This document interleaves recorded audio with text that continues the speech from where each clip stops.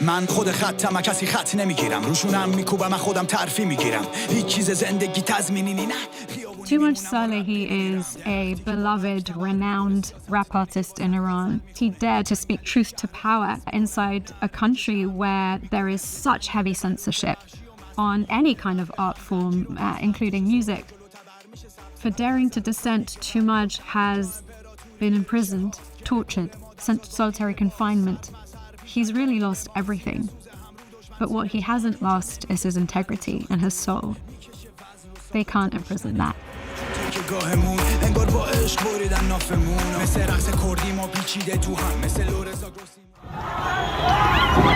Demonstrators in Iran push back against authorities in Mashhad protesting the death of Mahsa Amini.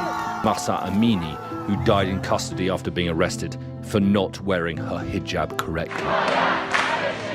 Mahsa Amini was a 22-year-old Kurdish girl who was taken by the morality police and hours later was pronounced dead. The death of Mahsa Amini sparked a women-led revolution. The spark may have been women's rights, but very quickly it became something much bigger. And it really is a call for democracy and freedom in Iran.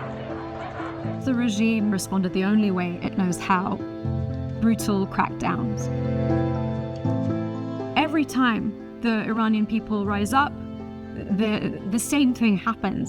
They are bludgeoned, they're tortured, they're forcibly disappeared, raped, and imprisoned and executed.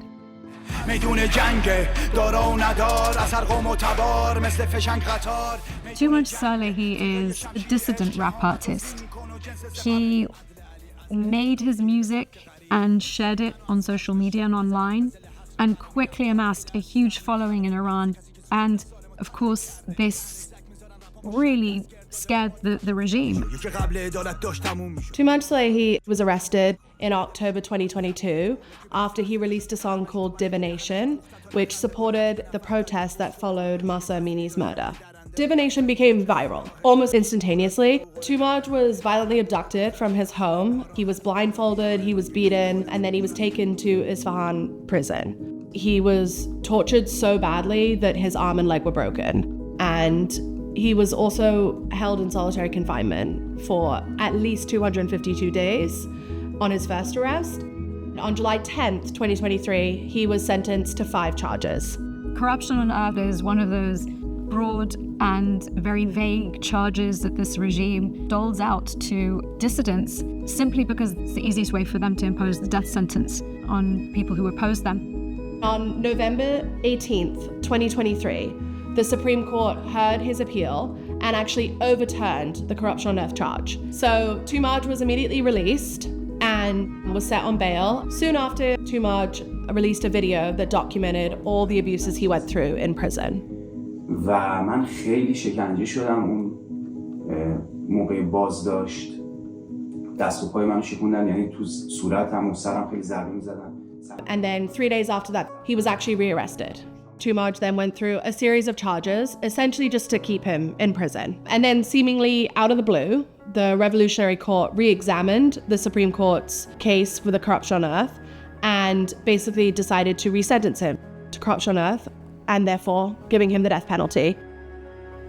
This is so completely unusual and unprecedented for someone to be sentenced to death for singing a song. And so it's really this combination of being an artist, but also a very vocal and powerful dissident that the regime fears most. اعتراض کردن یه چیز قانونیه. تو داری از ابتدایی ترین حق شهروندیت استفاده میکنی. صحبت کردن، حرف زدن. In June 2024, Toomaj's death sentence was overturned, in large part because of the international outcry. And we have to keep going until he is freed. The Human Rights Foundation has submitted a petition to the UN Working Group on Arbitrary Detention on behalf of Toomaj. In the petition, we argue that Toomaj's detention was arbitrary and also detailed all the abuses he's gone through, from the torture to the lack of legal proceedings and also the constant persecution of him. The Human Rights Foundation is calling for Toomaj's unconditional release and for him to be free of judicial harassment. And we are also calling for the Iranian regime to stop persecuting dissidents, human rights activists, artists, musicians. Creativity is one of the most powerful ways to dissent. It is a form of freedom of expression, but in authoritarian regimes, the answer can be death.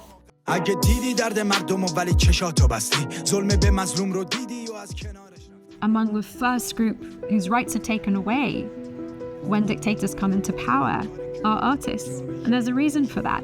It's that connection, I think, to the masses that really scares dictators and despots. As Toomaj says, we are 180 degrees from a free and fair Iran. But what gives me hope is, look at their courage. Despite the fact that they face death, torture, rape, they keep going. And we have to as well.